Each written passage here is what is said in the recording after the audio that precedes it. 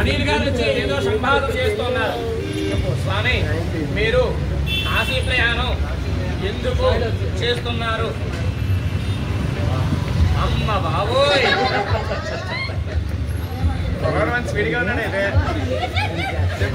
మీరు వివాహము చేసుకున్నటకు మీ యొక్క తల్లి తండ్రి వద్ద అనుమతిని పొందియుంటిరా?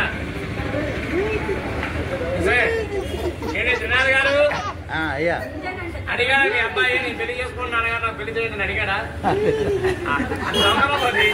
ఆయన ధర్మం అంటే ఆయన ధర్మం ప్రకారం వెళ్ళిపోతాడు.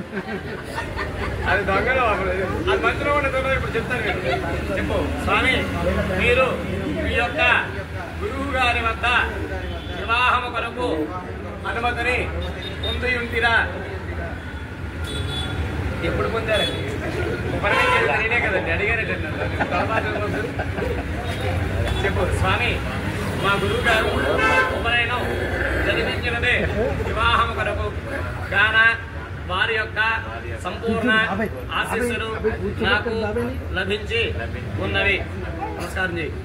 స్వామి మీరు వివాహము చేసుకున్నటకు అన్ని విధములుగా అర్హులై ఉన్నారు గాన నా యొక్క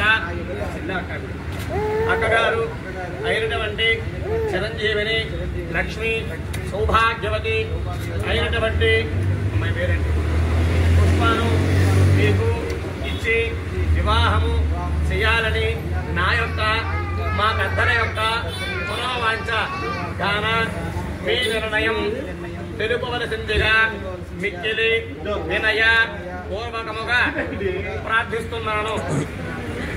ఏం చెప్పాడు అన్నావుగా?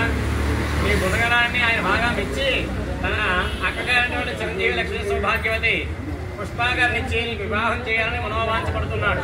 వారి పెద్దలు కూడా అదే కోరుకుంటున్నారు. మరి నువ్వు వివాహం చేసుకుంటావా?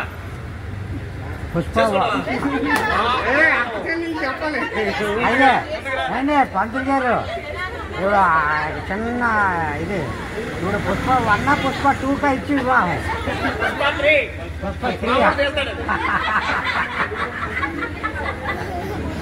విషయం ఏంటంటే లేదు అయిపోయింది.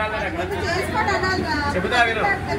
నీ బాగా చాలా మంచోడు కాబట్టి ఇబ్బంది పడకుండా ఫ్రంట్గా ఉపయోగిస్తాను.